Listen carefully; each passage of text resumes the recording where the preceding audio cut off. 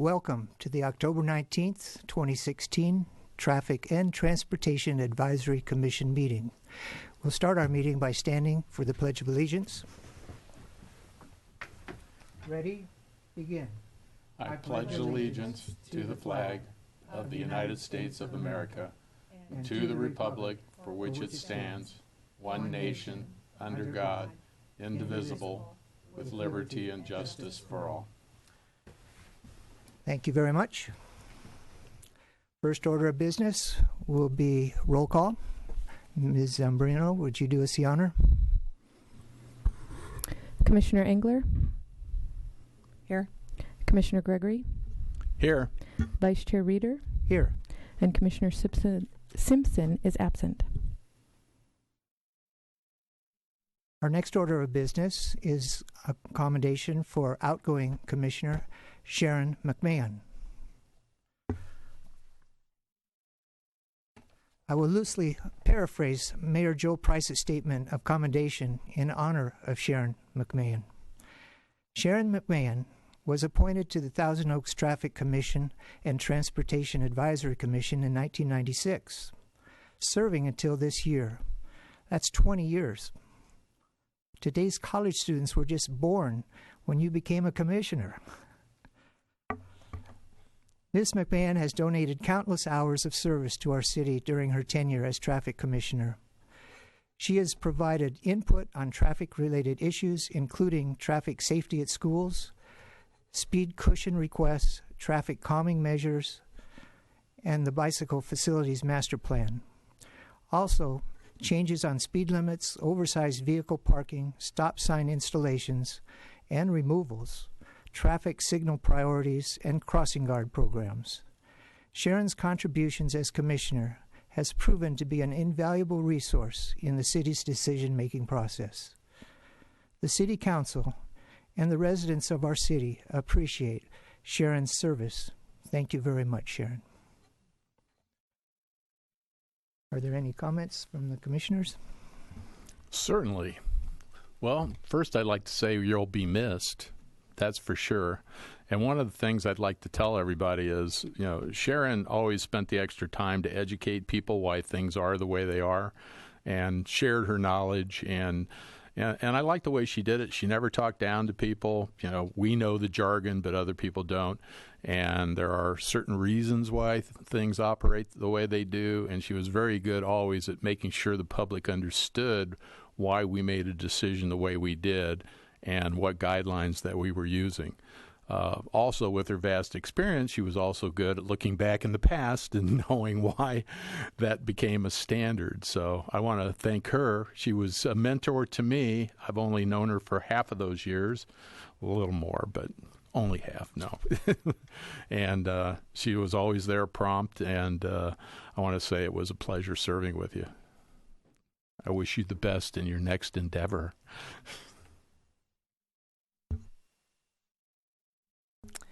I want to acknowledge Sharon. She's not just served this commission for 20 years, but she moves on to another commission that touches even more people, I think, than traffic, which is people who are building homes and attempting to change their lives through the Planning Commission. So I think that her service continues, and as a commissioner who was new 5 years ago when I first served, I learned a lot from you, but I also saw not only an effective member of a board and commission, but also someone who showed a lot of compassion and true concern for the outcome for the community and for their safety.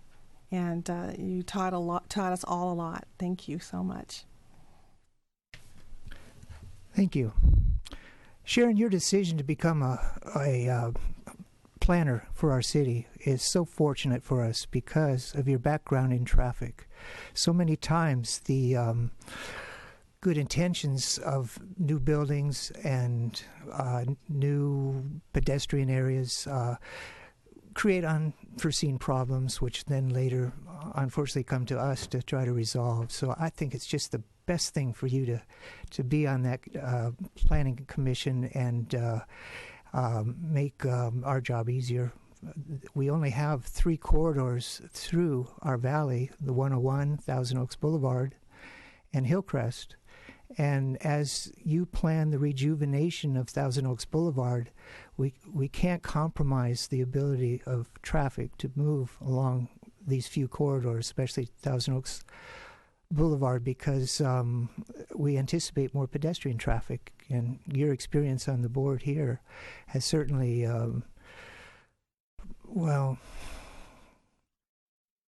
it's you know the problems that that pedestrians can cause because they take so long to cross the street. So, but I appreciate your friendship here. I appreciate your guidance for me during the previous meetings, and I wish you very good luck in the future. So we have a accommodation if you'd like to approach. This is from the City Council.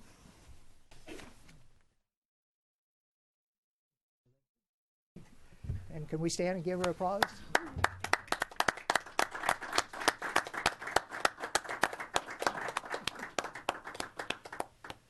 Great. Thank you. Well, oh, I'm sorry. Of course you can.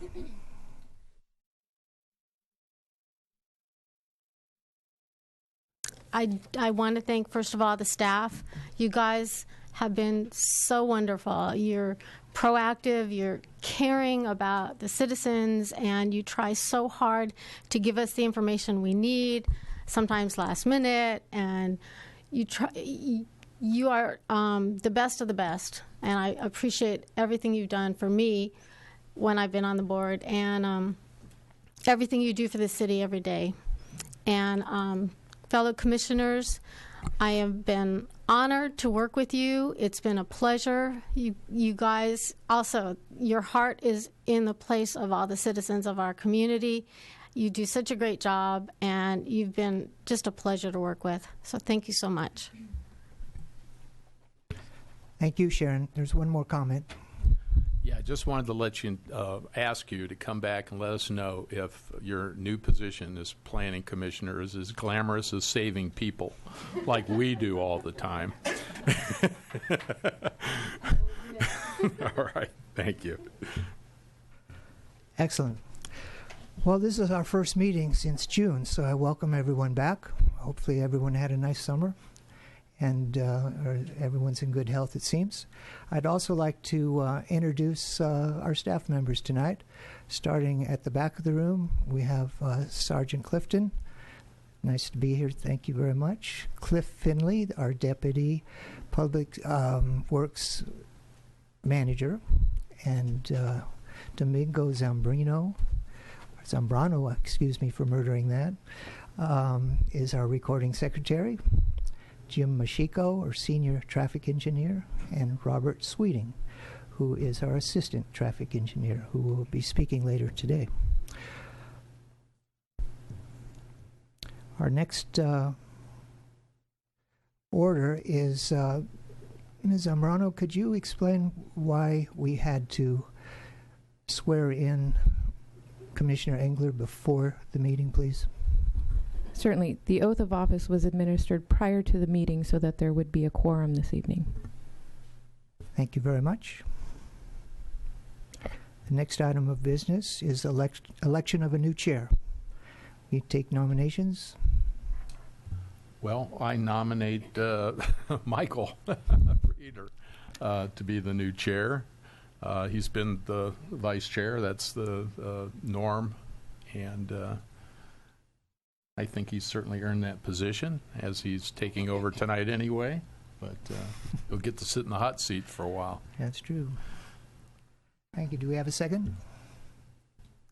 I second that nomination. All right. Maybe, Ms. Zambrano, may we take a vote? All in favor, please raise your hand. And the motion carries 2-0. Thank you.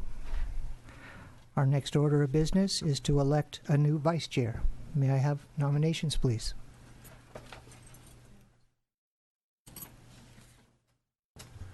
Well, in the absence of Angie Simpson, I don't know if she would say yes, but I would nominate her on condition that she accepts.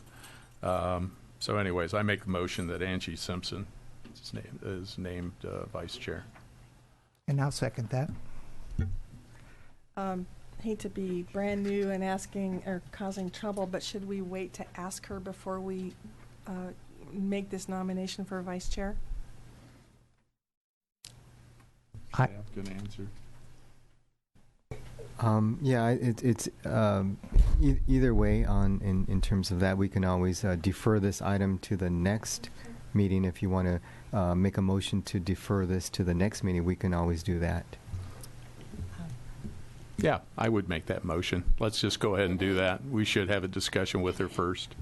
All right. Thank you. All right. Motion. All those in favor, please raise your hand. And the motion carries 3-0. Thank you very much. Item delayed. Next order of business is public comments. Ms. Zambrano?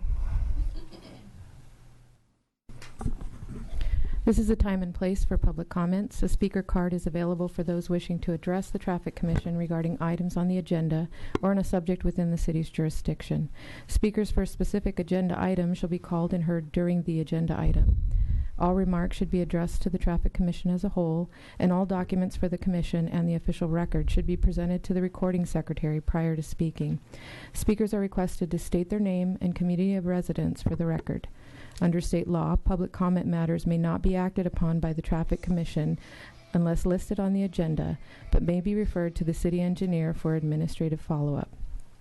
As comments can only be recorded while speaking into the microphone, please refrain from addressing the commissioners unless you are at the podium. If you're unable to come to the podium or should need to step away while speaking, a wireless microphone is available for your convenience.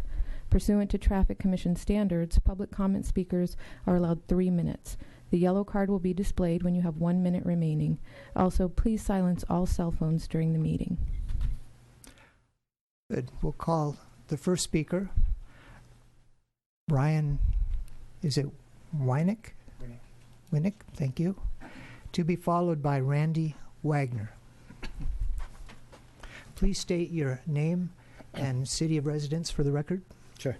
Brian Winnick, Thousand Oaks, Montgomery, 1990 Montgomery Road, Thousand Oaks. Thank you. The reason why I'm here tonight is actually we have our neighborhoods have been getting together for the last couple of weeks to discuss the increased traffic on Montgomery and Old Farm Road. I don't know what you all know what's been happening in the last couple of weeks. The Waverly Heights school back, the adult school, they're in the process of adding the continuation high school into the campus, which is going to increase the traffic even more.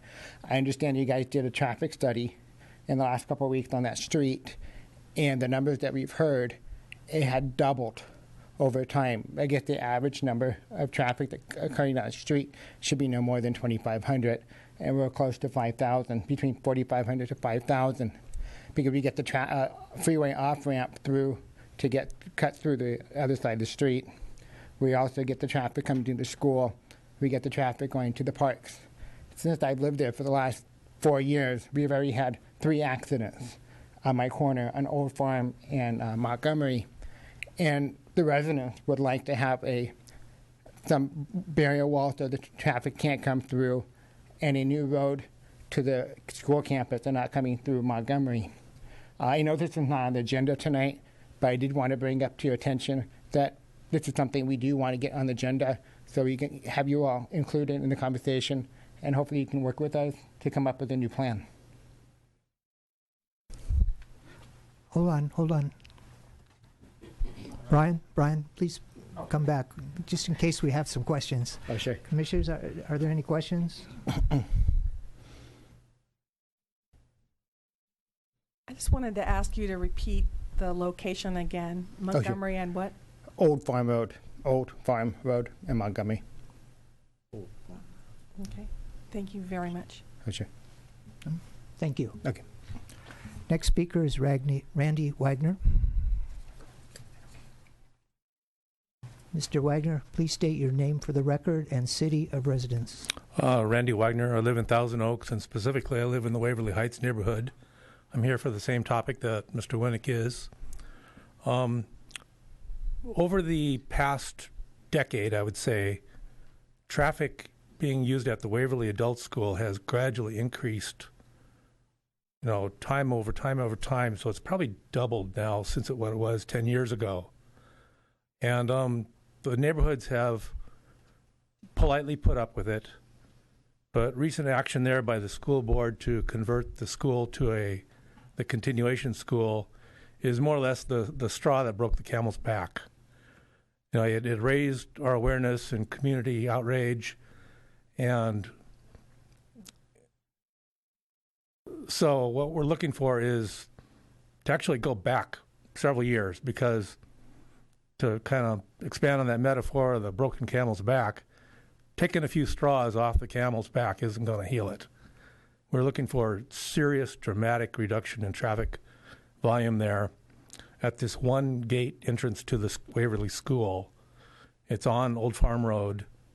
It takes roughly 800 cars per day, we understand, or possibly more.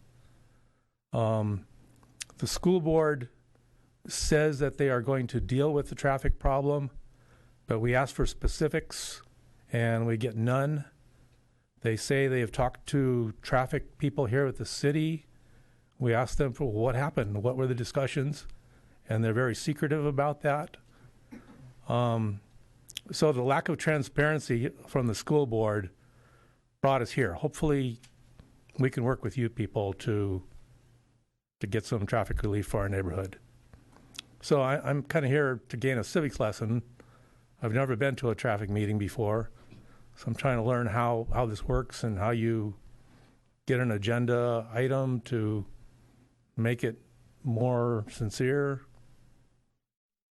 So, thank you. Well, thank you. Do we have any questions? Just by coming today, making a public comment, all of you moved things towards that direction. Okay. Other than that, we can't do anything at this meeting. Okay? It's not on the agenda. Right. But we did hear you. But how do I get it on a future meeting? Do I have to file a public complaint or something? We'll address that with staff. Okay. All right, thank you. Thank you. I just would want to ask, did you provide your contact information to staff when you filled out your public speaker card? Yes, I have an email there. Thank you. Good. Ms. Zambrano, I believe that concludes the public comment section. There's actually one more speaker card. One more. Oh, snuck it in. Okay. Diana Marvelle? Marvelle, thank you. Hi, I'm Diana Marvelle, and I live in the Waverly Heights neighborhood of Thousand Oaks 2 neighbors at 1051 Brush Hill Road. I back up to the adult school. And we moved in 16 years ago, and since then the school has been gradually expanding and creating more traffic in the neighborhood. And the school, some of the things that they've done, which shows that they have grown kind of stealthily, they increased their parking lot, which of course indicates that they have more people going there now. And they added more portables, and that indicates that they've had growth. And so there is increased traffic in the neighborhood, and what we're concerned about, I moved into the neighborhood because it's one of the very few equestrian communities.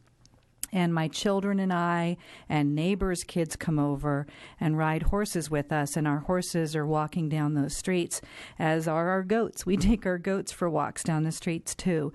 And there are a lot more near misses now with the increased traffic, and now with the board of the school board deciding to add in the continuation school, we fear increased traffic.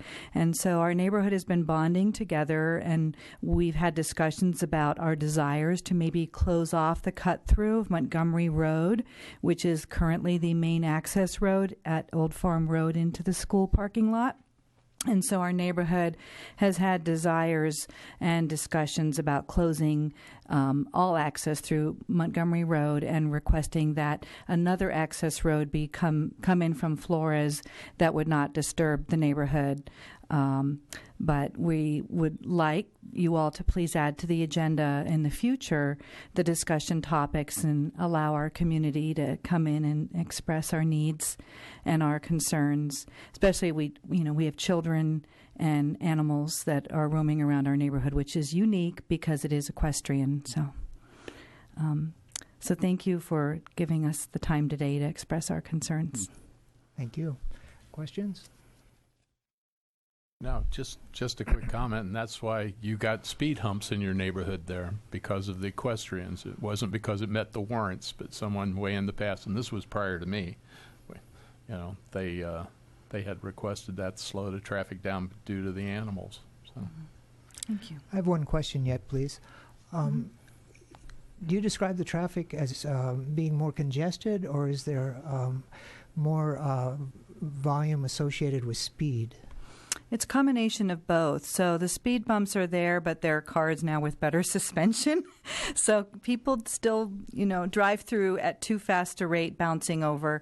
And then especially when the school lets out in the evening, they have morning classes and evening classes, and the evening classes let out after dark. But we still have kids out there on bikes, and I ride my horses after work, so I'm often riding my horses home from the horse park in the dark. And there is a congestion problem for sure as they come down to the crossroads getting onto Jan's Road from Montgomery, which is the main exit of our neighborhood, and they will back up there. But it's a combination of both speed and volume. All right. Thank you very much. Thank you. That concludes our public comments. Summary notes. Any comments from my fellow commissioners? None? Item 10, engineer reports. Robert Sweeting. First, we'll talk about traffic signal installation priority locations. Take it away, Robert. Good evening, commissioners. And tonight we're going to talk about or provide you information regarding traffic signal warrants and the prioritization of those signals. We last had this item before Commission in about 2013, and we're looking to update the priority list. So just a couple of key notes here. Currently we have 132 traffic signals in town, and they are about $250,000 to $350,000 to construct, with an average annual maintenance cost of about $10,000 a year. Prior to building a traffic signal, we do look for other solutions such as multi-way stops, time restrictions, peak period time restrictions, or restriping. One way that we get requests to begin this process is by citizen request. We can also get it by traffic commission, city council, or staff. Once we've received that request, we'll go out and take 24-hour average daily traffic counts, turning movement counts, and analyze the traffic collision data over the past 3 years. In the MUTCD, or the Manual Uniform Traffic Control Devices, there are 9 warrants. The City of Thousand Oaks and most of Ventura County generally looks at these 4 warrants that are highlighted in blue. There's an 8-hour warrant volume with 3 different subsections of that, and a collision warrant, number 7. And just because a signal may be warranted in and of itself does not necessarily require that it be installed. So this is a typical worksheet from the MUTCD book. And this is what's called a warrant condition A. It's a volume warrant where you're looking at the volume on both the major and minor streets. And from this, if you look at the bottom, it shows a rural or urban. And generally the setting is whether it's 45 miles an hour or more, and then it becomes rural. Then if you look in the upper brackets, you choose whether or not there's 2 lanes approach or 1 lane approach on the minor and major roads. From the major roadway, off to your right, you see 8 columns. We're looking for the highest 8 hours and their minor leg approaches that are associated with those 8 hours. In the columns you see the main numbers. In parentheses you see another set of numbers. Those are what are called the 80% warrant, and I'll get to that in a moment. That's regarding the combination warrant. So similarly, there's what's called an interrupt warrant, which is condition B. In this case, it's where the volume on the major street is higher, but the minor street is lower to satisfy that. And again, the parentheses have the 80% tile. So in order to meet condition, the combination warrant, which is shown here, it has to receive 80% of all 8 hours of both volume and interrupt warrants. And I'll show you an example of that in a moment. So that was the third warrant. The fourth warrant here that we're going to look at is the collision warrant. We're looking at 5 collisions or more in a 12-month period that are susceptible to correction or a correctable collision. Correctable collisions are such of a right angle or approach turn as these diagrams show. These type of collisions can be generally corrected with a traffic signal because they designate the right-of-way. Non-correctable collisions are rear-end or hit objects, and there's some other types, but these are your two main ones that are not correctable by a traffic signal, so we would not consider this one of the traffic collisions for this warrant. So once the signal is met, we're going to assign a point to base the intersections one from another. And so the maximum points that can be received is 25 for conditions A and B, the volume and interrupt, the collision warrant at 25, and then the combination A and B warrant, they each would receive 10. And then in addition to other considerations such as sight distance could have an influence. So with that, that's 10 points and a maximum of 105 points. The way we achieve these points are in condition A and B, both the volume and interrupt are very similar, that if it meets the warrant 100%, it gets 15 points. If either the major or the minor road has volume that exceeds 200% of its given volume that it has to achieve, it can obtain another 5 points. And as I stated a moment ago, the combination of A and B would get 10 points apiece if either one of those are met at 80%, for a maximum of 20 points. The collision warrant typically takes 5 collisions to meet. So with that, they'll earn 4 points per collision. So at 5, it's 20, and a maximum of 25 if there is a 6th collision. And we'll look at a 36-month period, but any 12-month within that, whatever obtains the highest number of collisions. So here's an example at Urbs and Sunset. If you look in the green box, in this case, Urbs Road is the major road. It is a 45-mile-an-hour road, and so therefore it is a rural road. And in this case, there are 2 lanes or more in each of the directions, so the corresponding numbers are there in green. So here's the sample. I know it may be a little difficult to read on the screen, but in this case, hours 1 through 8 all exceed the 420 that is required for the major road, and all 8 hours of the major road exceeds the 140 that is required. So it will then obtain 15 points, and the minor road exceeds the 140 by over 300%, so it obtains another 5%. The major road did not. It only had 173%, so it just stays there. So it gets a total of 20 points.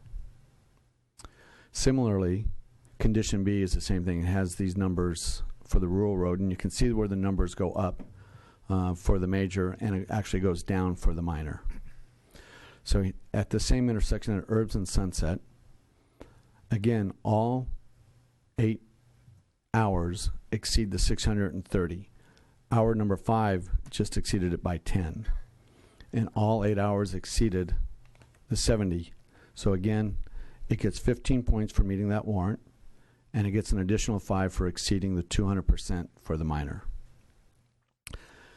And since they both exceeded 80%, in this case they were both actually 100%, all the way across, they'll each receive 10 points for the combination of A and B. Here's another example of a signal that did not meet, or a location that did not meet signal warrants. This is at Giant Oak in Newberry.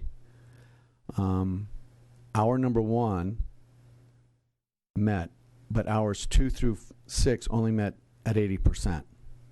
And hours 7 and 8 did not even meet the 80%. So in this case, it does not meet any warrants and does not get any additional points. So in this case, it's 0. So up here are the top 5 traffic signal priority list, and that's in your attachment number 2. You can see the 11. We studied 23 locations. Of those 23, 11 met, and up here is the top 5, which is on your list.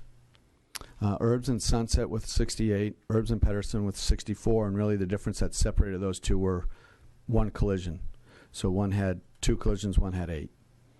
And again, that's in your attachment. Here are the 11 intersections that have met one of the 4 warrants. So that's all it needs to meet is one of them. And then from the other warrants helps prioritize which one may have achieved more points. Here are 12 other locations that we have studied that did not meet any of the 4 warrants. But we have had requests over the past, and so that generally remains on the list, and we do reevaluate them every couple of years. So with that in summary, we'll continue to monitor these 23 locations with both volumes and collisions. And so the position of these 11 right now can change from year to year based on the count data and collision data. And we'll look at these again in 2018 and reevaluate them. And again, just because the signal may be warranted doesn't necessarily mean it will be built, because we do look for other solutions. And then we will look from this priority list with funding coming up available in the next budget cycle and staff input as to determine which, if any, would be built. And with that, I'll take any questions. Thank you. Are there any questions from commissioners? John?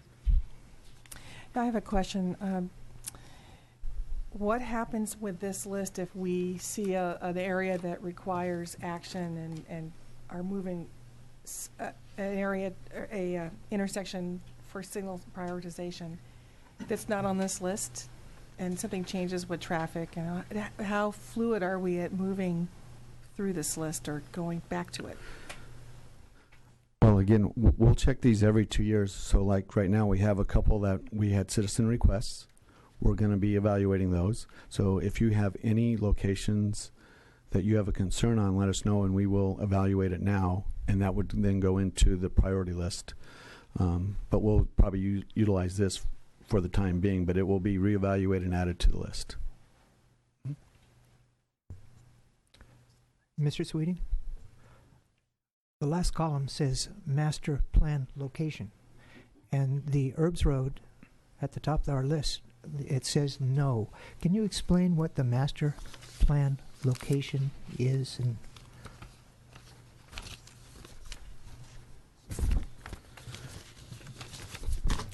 yeah, there are some roads that were designated a long time ago as to where there should be traffic signals.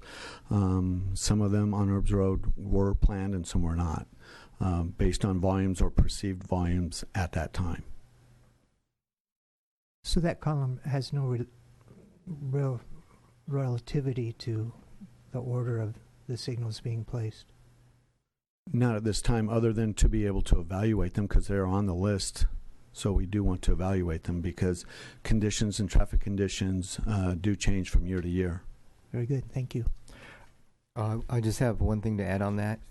It's just a tool that we use to help us in the decision-making process down the road as to, we look at all the points that each location accumulates, but also we do take into consideration, was it on the original master plan that was developed years ago? So there's a number of factors that we take into consideration as to, when it comes the time to decide whether signals to be constructed, we'll look at a combination of these points and other factors, including that master plan location list. Thank you very much. Are there any more questions, Commissioner? Yeah, actually, I have quite a few, and I apologize for it, but I think they're needed. The first two, I am very familiar with that path. I've taken it many, many times. My son used to go to middle school, and I took that route, quite frequently. I took it maybe only a few days ago. I really have no objection to the very first one, because I know when there's a lot of traffic there, there's a dedicated turn lane, and people, it's a four-way stop, and, it's kind of like, did you really stop where you were supposed to, or just thought you stopped before me? So, there's a conflict issue there, as the traffic goes up, and I've seen that. I would ask, with a little sub-question here, that the 8 points, out of the 8 collisions that you have there, if I looked at your little chart, if there's 2 correctable collisions, then it gets 8 points, correct? That is correct. So, in other words, there were 8, but 2 of them were correctable. No, if there's 2 correctable collisions, there's 4 points apiece. So 2 times 4 is 8. Oh, okay. Gotcha. All right. I was trying to figure that out. All right. My real thrust of my question is the one at Herbs and Pedersen. And I have a number of concerns on that one. And my concern first starts with the fact that that's a fairly graded hill that you go down, and if you just coast, you're over the speed limit just naturally that way. I know our traffic control, motor police, it gets its turn halfway down that hill, in the morning when people are rushing to go, to make sure people use their brakes and don't coast up to it.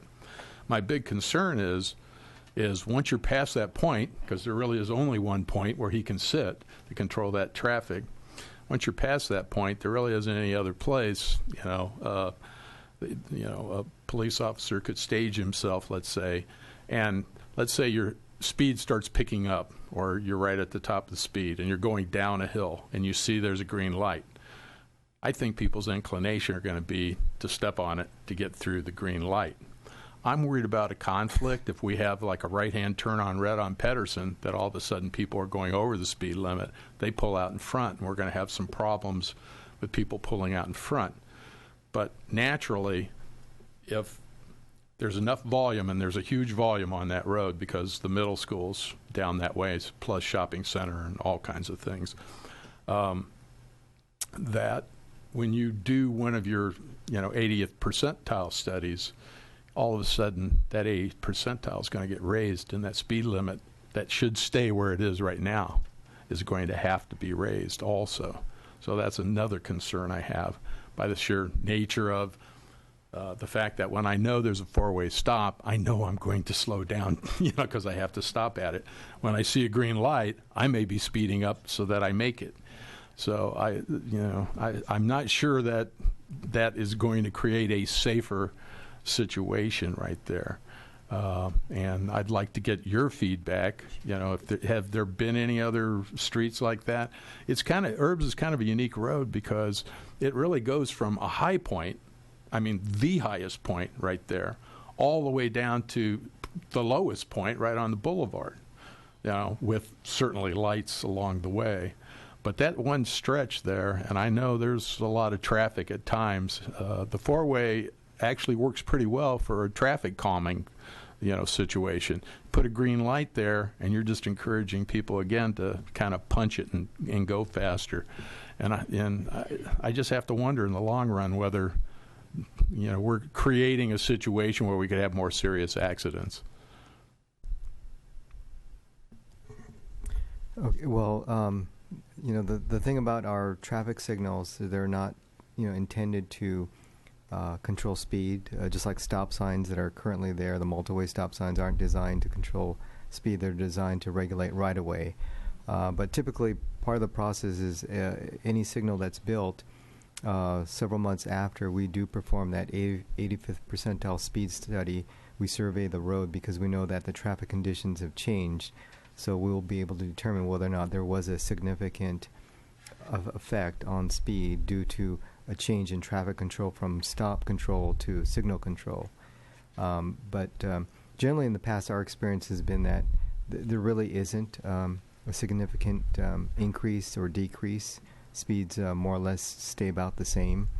And, this particular location, Pedersen, I believe during the peak hours too, when Herbs Road traffic is heavy, Pedersen Road also peaks. So, you will probably see a frequent changing of the lights back and forth between Pedersen and Herbs, so that, it's going to create platoons of traffic. And, in some ways it artificially slows traffic when the light is changing to serve the Pedersen Road traffic. So, any time we do convert to a signal control, we do take a look at the effect on speed afterwards. Would you change that to some kind of nighttime or, after hours situation where only side traffic, causes it to trip, or just leave it on a regular cycle? I think typically for this type of location, what we do is we program our signals to rest in green on the major street. So in this case, Herbs Road would be the major street, and the only time it would change to serve Pedersen is if, with the detection that we install on our signals, is that when a vehicle triggers the sensors for the detectors, then the light would change to serve Pedersen. I still have a question whether that would cause a situation or not, but all right, that is my concern, I do believe. I did have one more question, and that was number 11, because when I look at the criteria for number 11, I wonder why it's way down there. It seems to meet the same criteria, 64 points, or is something off? Oh, okay. You pointed out that the very, very small print explains it. I will put my very small print glasses on.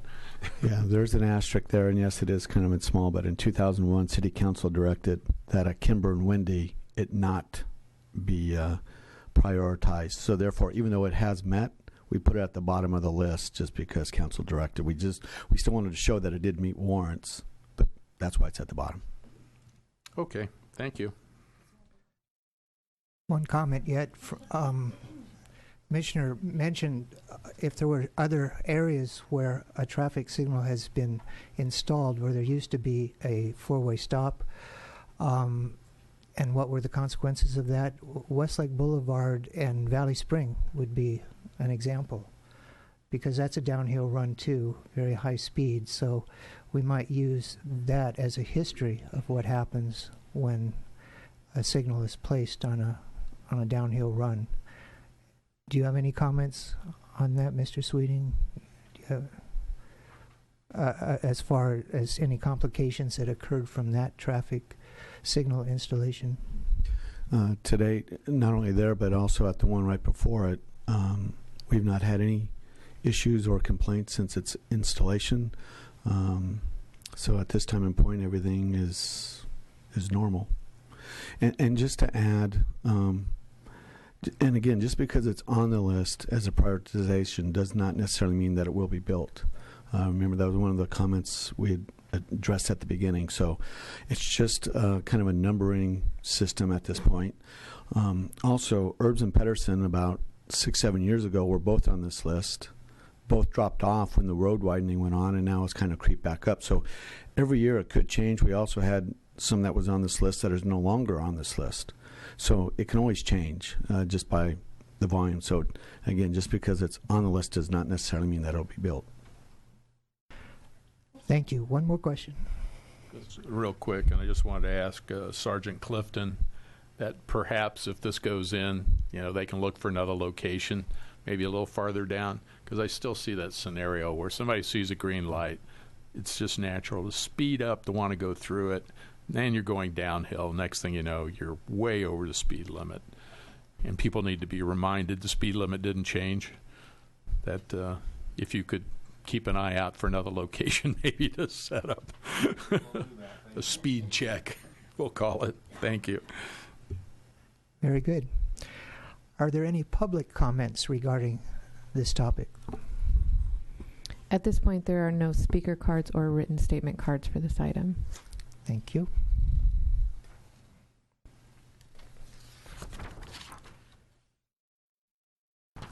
Our next item is another engineering report.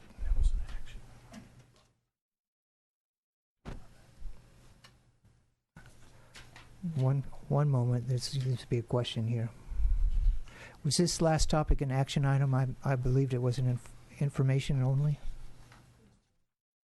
Yes, this the next item on the meeting start time item. It will be an action okay. item. All right. No, I had a question. If I may interject, the one that we just went on, the priority, did we need to provide a formal approval for your current list? Was that an action item? Oh, okay. It says approve pending the traffic signal installation priority table. Okay, no, that's basically just it's an information item, and we're basically getting feedback. If you have any, like what you brought up tonight, the concern about the speed at Pedersen and Herbs. So we're basically just taking input, and if you had questions, we just want to explain our methodology and the way we do things. Okay, I'm sorry, I got confused. Thank you. All right, we'll continue with item 10B, which is an action item, meaning we'll take a vote. The topic is start time of our meeting. Is it Mr. Mashiko going to describe this? Yes, just have a very brief report on this. This is an item whether or not the Traffic Commission sees fit to make a recommendation to City Council to revise the meeting start time. We currently begin at 6:30. However, we are the only televised group or commission or board that starts that late. All the other meetings, council, planning commission, they start at 6 o'clock. Just about a month ago, planning commission revised their start time from 6:30 to 6 o'clock. So this is for traffic commission. If you believe that we should revise our start time to 6 o'clock, we'd like to have you vote on this. And if you make a recommendation to make that change, we'll take this to City Council and revise the resolution that's attached in the staff report. Any discussion? Yeah, I just have, since we're short one person, I would first of all probably request that we defer that, because we don't know what our other commissioners' schedule is. Because I know in the past, when we changed from 7:30 to 6:30, it did put a burden on one of our commissioners who stepped up, but it did also mean that they were absent on a couple or showed up late. My second concern is public participation. And when neighborhoods come, and participate like we've had tonight, that's our feedback. We can't be on every street, okay, at every hour. And sometimes it's amazing that you can be on a street that people say it's a problem, and you drive there at a certain time, and there's nobody there. And you kind of go, where's the problem? And I can't camp out there 24 hours a day. So I just kind of wonder what our participation with the public will be like if we change that, because people won't have time to get home, have some dinner and get here. They literally probably have to defer dinner until later. So my thought is really just to maybe defer this to our next meeting, if my other commissioners agree on it, because it should be unanimous, should it not? Or a majority to defer this to the next meeting. A majority vote is what would be needed. Well, I mean, my other commissioners, I'd like to hear from them if they agree first. Thank you, Commissioner Gregory. Is there any further discussion? I go with a couple of thoughts. I think that by deferring our start time, we have a meeting coming up, I think, this year. We want everyone's participation, but we also can't defer all of our decisions when we'll have an absence. And so I would be okay with voting on it, although I don't think this is urgent that we act on it now. It won't hold up the City Council's actions on an item. This is something we can decide on, so I'm okay with deferring this. My only comment is that as consideration when we do discuss this, I like the idea of having a consistent time throughout the city so that when people look up the times of our meetings, everyone's meeting starting at the same time. And so I think that's of benefit, although I do understand the hustle that it takes for some people if they're coming from a distance to get home. But so I like the idea of having a consistent time so that everyone knows, oh, it's always at 6 o'clock, because they're all at 6 o'clock. Thank you. Also, the target date for the change, I believe, was January, which is at least one meeting away from tonight's meeting. So there really isn't a great urgency at this point. But can I entertain a motion?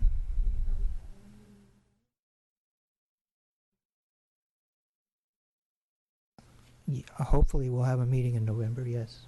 Okay, we are scheduled to have a meeting in November, and we do have items to bring to the commission. Do I have a motion? I'll make the motion that we just put off determining that until the next meeting, scheduled meeting, as long as that is in November. And a second? I second the motion. All right. I believe we just have a hand vote for this. All those in favor, please raise your hand. And the motion carries 3-0. Very good. Was I remiss not to have public input on that last discussion? Okay. Engineering Report 10C, Bicycle Advisory Team. Recommendations. This is an information item. And I believe Mr. Mashiko will do this for us. Okay, yes, this is just a summary of what took place at our last Bicycle Advisory Team meeting on September 21st. They were given an outline that's shown as Attachment 1 in your staff report, proposed timeline for updating our bicycle master plan. That's I believe it's been in place since 2010. So basically, we want to bring that up to date. And I believe we started our first public outreach just this past weekend at the Rotary Street Fair. So we'll be bringing that back to the commission in the future as more activity occurs on that item. Thank you. Any questions for staff? No questions? Thank you. Next item will be item 11, status report of prior Traffic Commission recommendations. Is this you again, Mr. Mashiko? Okay, yes, there's 3 items that are listed under item 11 of items that have gone through our Traffic Commission. First item is the Green Meadow Avenue speed cushion petition that went to our City Council last August. We are looking to have our speed cushions on Green Meadow Avenue installed in November. We just completed our plans so that our field crews can use that to do the installations. So we're moving ahead with that. Green Meadow Drive, that's the area just to the south of Lynn Road, similar area of town. The road was just resurfaced last month, and we'll be adding additional center line stripe down the road for an additional block, and we'll be bringing some ideas or concepts for looking at the end of that road. There was concerns with how the Cameron Center, the bike path, and the residential driveways all sort of merged together. So we want to bring that back to the commission to take another look at. And then the last item is our flashing yellow arrows. We know that earlier this year 3 locations were activated. 2 are coming shortly. And in January of this year, we want to bring that item back with a status report. We've had very good success at the first 3 locations that have been activated. So we're looking to move a little bit faster in terms of maybe bringing flashing yellow arrows to additional intersections in town. So that will be brought back to a commission in January. Mr. Mashigo, regarding the flashing yellow arrows, have you had any public feedback, either verbally or written? Anything? Well, we've had just a number of calls, basically from the public, has been positive in terms of the way it's reduced their delay time at the locations that they are installed. So I don't recall us having anything negative about them. And so, again, we did select locations that we felt were the best locations to put them at, and that's the approach that we're going to use at any future locations. Excellent. Thank you. Any questions of staff from commissioners? No? All right. Item 12, commission referrals from June 15th, 2016. There are none. Work program and commission schedule. Any questions? Item 14, traffic commission comments and discussion. Commissioner Gregory. I noticed, got to find my note now. A couple things came to my attention that I thought at least somewhat impact us, and it's not something I think we have to comment on, but I'd like to at least make. Do we have a stand on Measure AA, which basically looks for funding to help improve the traffic flow down the 101 corridor?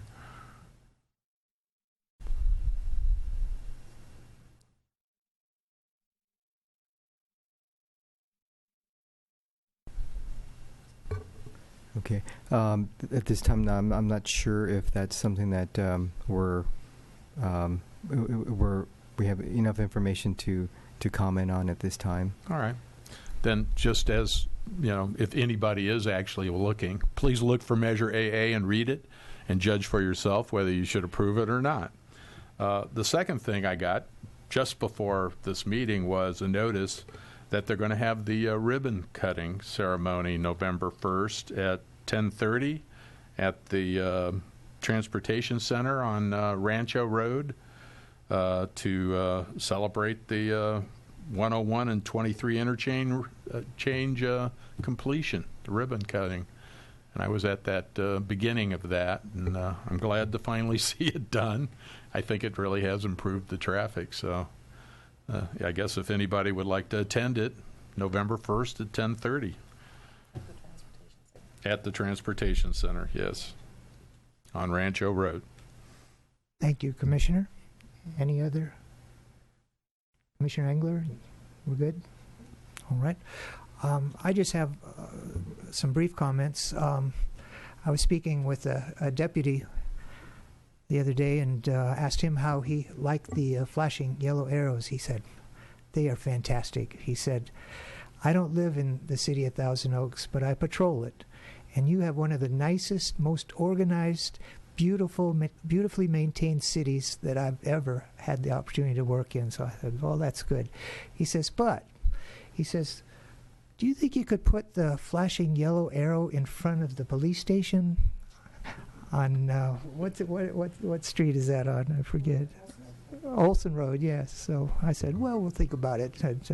I got a kick out of them. I noticed since our last meeting the installation of the green bike lanes, and that just worked out beautiful. I'm so pleased to see that.